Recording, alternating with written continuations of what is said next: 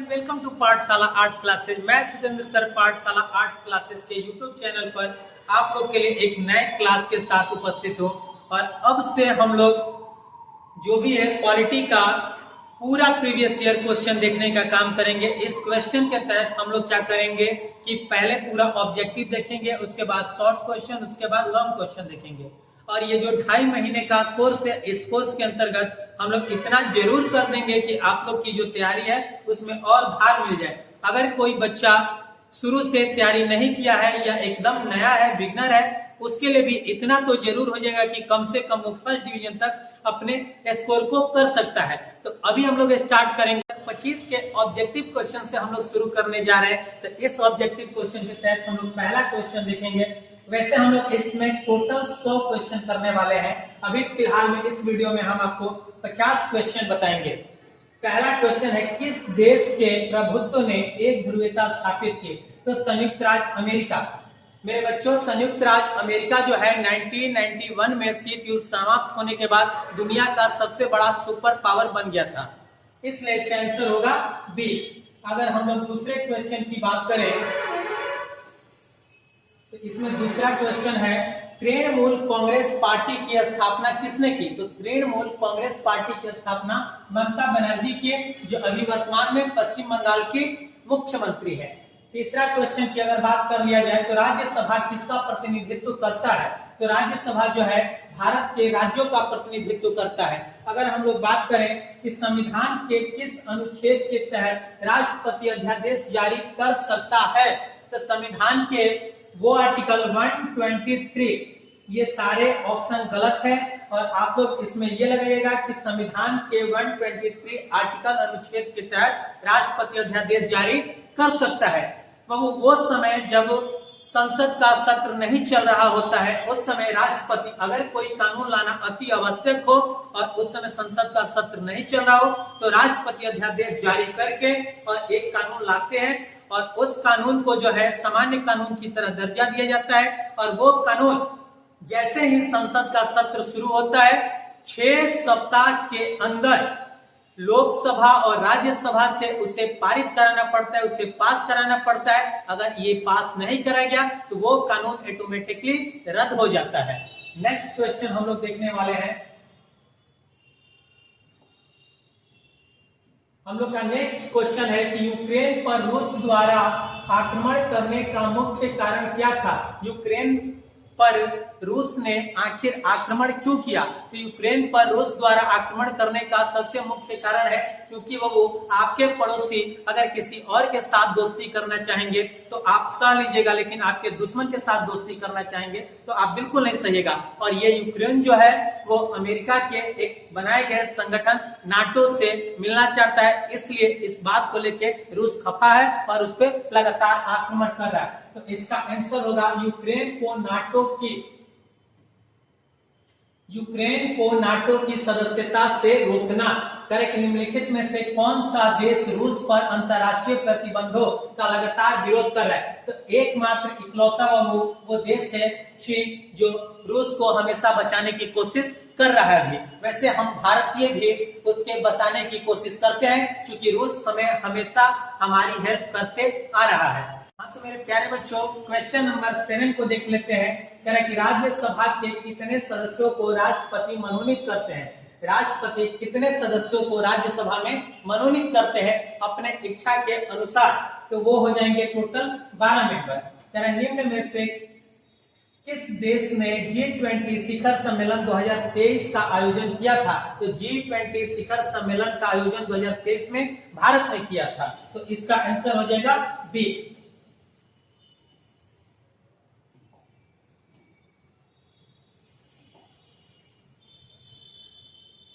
हम लोग का नेक्स्ट क्वेश्चन है कि एक व्यक्ति एक वोट का सिद्धांत संबंधित है। एक व्यक्ति एक वोट का सिद्धांत किससे संबंधित है? तो एक व्यक्ति एक वोट का सिद्धांत जो है वो राजनीतिक समानता से है। नेक्स्ट क्वेश्चन है, भारत और मालदीव दोनों किस क्षेत्रीय संगठन के सदस्य हैं? तो भारत और मालदीव जो है वो सार्क के सदस्य हैं। नेक्स्ट क्वेश्चन है कि एक वर्ष में कम से कम कितनी बार संसद की बैठक होना जरूरी है? तो एक वर्ष में कम से कम 2 बार संसद की बैठक होना जरूरी है। तो इसका आंसर हो जाएगा बी।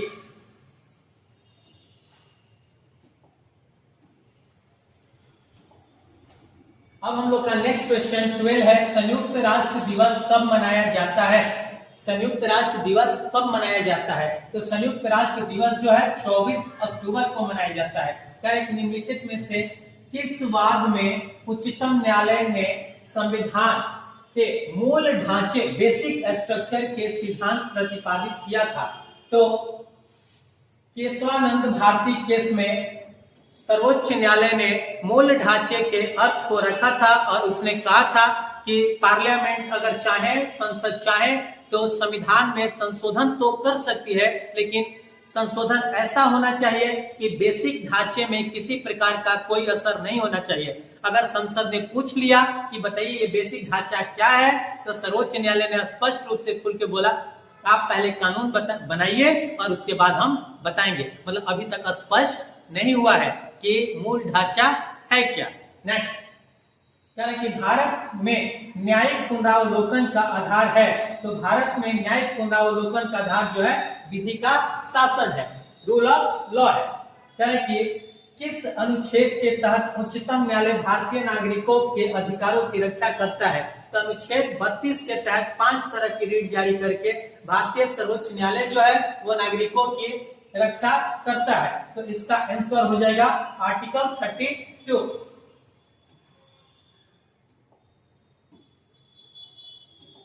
नेक्स्ट हम लोग का है कि भारत में अब तक कितनी बार वित्तीय आपातकाल की घोषणा की गई है? बहु भारत में अभी तक वित्तीय आपातकाल की घोषणा एक भी बार नहीं की गई है। 1991 में फाइनेंशियल स्थिति हमारी खराब थी और लगते लगते रह गया, क्योंकि उस समय मनमोहन सिंह जी ने इसे LPG पॉलिसी लागू करके और भारत में फाइनेंशियल इमरजेंसी लगने से बचा लिया। फाइनेंशियल इमरजेंसी अगर पूछ दे कि किस आर्टिकल के तहत लगता है, तो नेशनल इमरजेंसी आर्टिकल 352, राज्य में राष्ट्रपति शासन आर्टिकल 356 और फाइनेंशियल इमरजेंसी वित्तीय आपात आर्टिकल 360। नेक्स्ट कि इसका आंसर हो जाएगा एक भी बार नहीं, कभी नहीं। किस अनुच्छेद के तहत राष्ट्रपति राष्ट्रीय आपातकाल की घोषणा कर सकते हैं? तो अभी आप लोग को बताएं, राष्ट्रीय आपातकाल की घोषणा आर्टिकल 352 के तहत होता है। कि भारत में मानवाधिकार संरक्षण अधिनियम कब लागू हुआ? तो भारत में मानवाधिकार संरक्षण अधिनियम 1993 में लागू हुआ। कि संसद में पहला लोकपाल विधेयक कब पेश किया गया? तो संसद में पहला लोकपाल विधेयक जो है 1968 में पेश किया गया।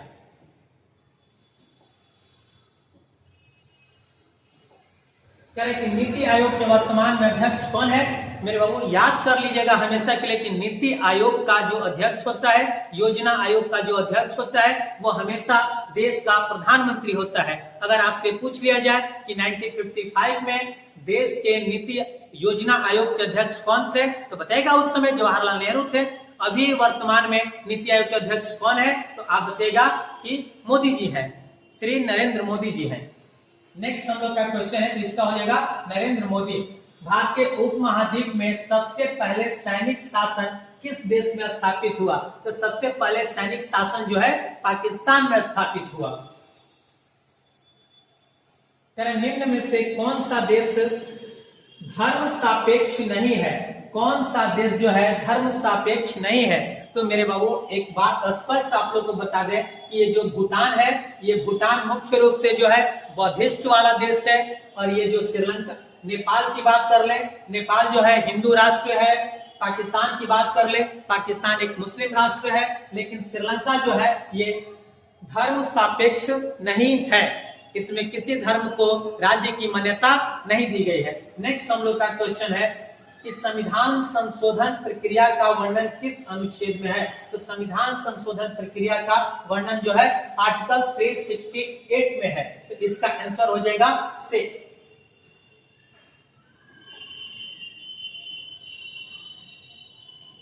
नेक्स्ट हम लोग का क्वेश्चन है कि निम्न में से कौन सा कौन एक मौलिक अधिकार नहीं है? तो निम्न में से कौन एक मौलिक अधिकार नहीं है? तो जब हमारा संविधान बना था तो टोटल कुल मौलिक अधिकारों की संख्या 7 थे, लेकिन अब हमारे पास मौलिक अधिकारों की संख्या सिर्फ 6 बची है और संपत्ति के अधिकार को, राइट टू प्रॉपर्टी को हटा दिया गया है। तो इसका आंसर हो जाएगा संपत्ति का अधिकार जो है हमारा मौलिक अधिकार नहीं है। नेक्स्ट, भारत कैसा गणराज्य है? तो भारत में वो धर्मनिरपेक्ष भी है, संप्रभु भी है, समाजवादी भी है। तो इसका आंसर हो जाएगा इनमें सभी। नेक्स्ट, सुंदरलाल बहुगुणा का संबंध निम्न में से किस आंदोलन से है? तो सुंदरलाल बहुगुणा का जो संबंध है वो चिपको आंदोलन से है। इसमें हम लोग का हो जाएगा चिपको आंदोलन। नेक्स्ट हम लोग देखते हैं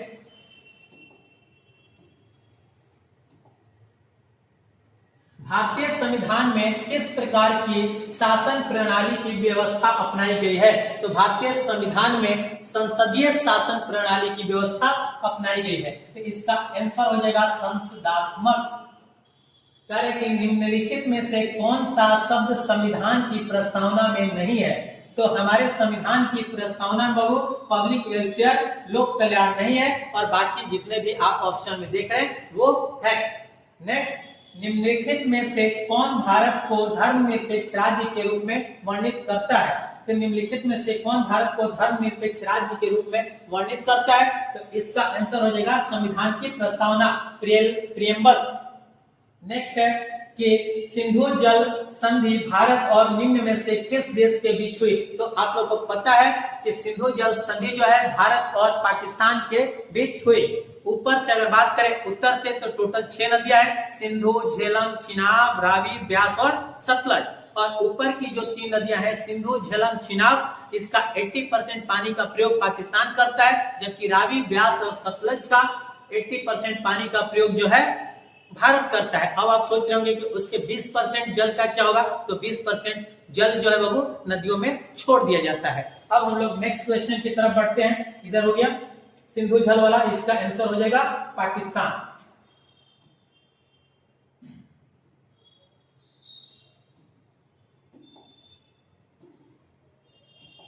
नेक्स्ट है शांति के लिए एकता प्रस्ताव कब पारित हुआ था? तो शांति के लिए एकता प्रस्ताव जो है वो 1954 में पारित हुआ। करें कि दक्षिण एशिया का कौन सा देश जातीय संघर्ष का शिकार रहा? तो दक्षिण एशिया का जो है श्रीलंका एक ऐसा देश रहा जो जातीय संघर्ष का शिकार रहा। वहां पे हमेशा 2 जातियों में तनी रही, एक सिंघली और दूसरा तमिल। जो भारतीय तमिल थे इन दोनों के बीच जो है हमेशा से तनी रहे। तो इसका आंसर हो जाएगा श्रीलंका। सार्क का पहला शिखर सम्मेलन कहाँ हुआ था? तो सार्क का वो पहला शिखर सम्मेलन जो है ढाका में हुआ था, जबकि इसकी राजधानी जो है काठमांडू में है। इसका आंसर ढाका होगा। कह रहे कि बांग्लादेश, भारत ने बांग्लादेश को मान्यता कब दी? तो भारत ने बांग्लादेश को एक देश के रूप में मान्यता कब दी? तो भारत ने बांग्लादेश को 6 दिसंबर 1971 को एक देश के रूप में मान्यता दी। कह रहे भारतीय संविधान में कुल मौलिक कर्तव्यों का वर्णन किया गया है। तो भारत में कुल मौलिक कर्तव्यों की संख्या कितनी है? तो भारत में कुल मौलिक कर्तव्यों की संख्या, जब 42वां संविधान संशोधन 1976 के तहत इसे जोड़ा गया तो उस समय 10 था, लेकिन बाद में इसे बढ़ाकर 11 कर दिया गया 2002 के संविधान संशोधन के तहत। तो इसका आंसर हो जाएगा 11।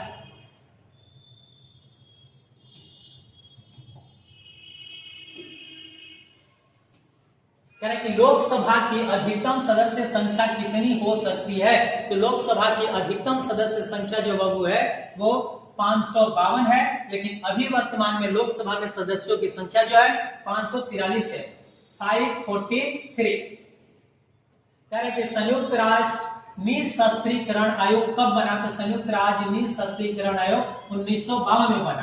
कह रहे कि आरआर को मुक्त व्यापार क्षेत्र बनाने का निर्णय कब लिया गया? सॉरी, आसियान को मुक्त व्यापार, मिसप्रिंट है थोड़ा सा, आसियान को मुक्त व्यापार क्षेत्र बनाने का निर्णय कब लिया गया? तो आसियान को मुक्त व्यापार क्षेत्र बनाने का निर्णय 1996 में लिया गया। वैसे हम लोग जो है अपने देश में LPG policy, liberalisation, privatisation, globalisation जो है वो 1991 में ही लागू कर दिए थे, लेकिन इसके साथ जो समझौता हुआ 1996 में हुआ।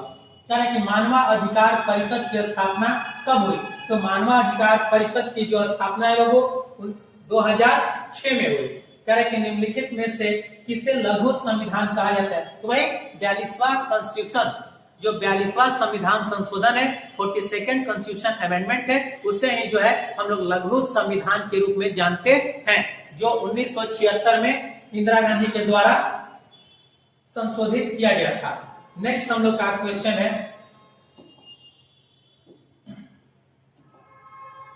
निम्नलिखित में से कौन सा एक संवैधानिक निकाय नहीं है? तो वो संवैधानिक निकाय कहने का मतलब है कि वो निकाय, वो संस्था, वो ऑर्गेनाइजेशन जिसके बारे में संविधान में चर्चा की गई है। तो संविधान में चर्चा क्या निर्वाचन आयोग की है? तो जी वित्त आयोग की है, हाँ बिल्कुल है।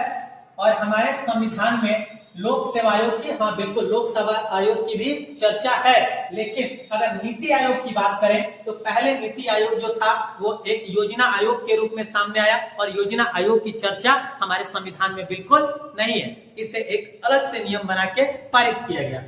तो इसका आंसर हो जाएगा नीति आयोग। कह रहे कि भारत में पंचायती राज प्रतिनिधित्व करता है, तो भारत में पंचायती राज शक्तियों का विकेंद्रीकरण, ये भी सही है। जन भागीदारी, ये भी है। सामुदायिक विकास, ये भी है। तो इसका आंसर हो जाएगा इनमें सभी। भारत में सबसे पहले पंचायती राज की शुरुआत कहाँ हुई थी? तो भारत में सबसे पहले पंचायती राज की अगर शुरुआत माना जाए तो वो राजस्थान से हुई थी। कह रहे कि भारत में पंचायती राज व्यवस्था का शिल्पी किसे कहा जाता है? तो भारत में पंचायती राज व्यवस्था का शिल्पी जो है B.R. मेहता को कहा जाता है। अब हम लोग बढ़ेंगे नेक्स्ट क्वेश्चन की तरफ।